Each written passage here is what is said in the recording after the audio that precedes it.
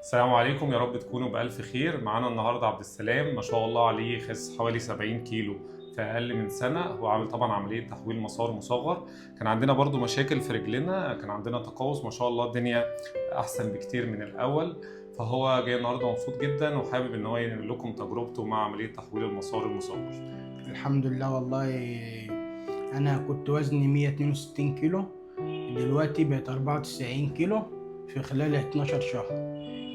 اشكر الدكتور عبد الرازق واشكر الفريق بتاعه، والحمد لله والله. كله بصي، كله يعمل عملية ما يخافش من اي حاجة، والله كله تمام.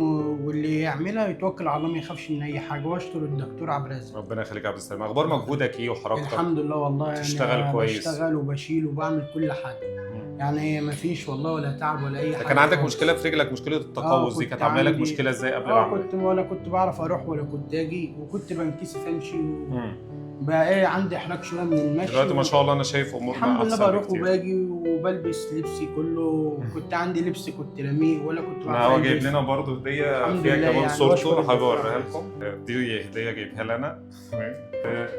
هديه هو جايب صورته بقى قبل وبعد. دي كانت صوره عبد السلام قبل.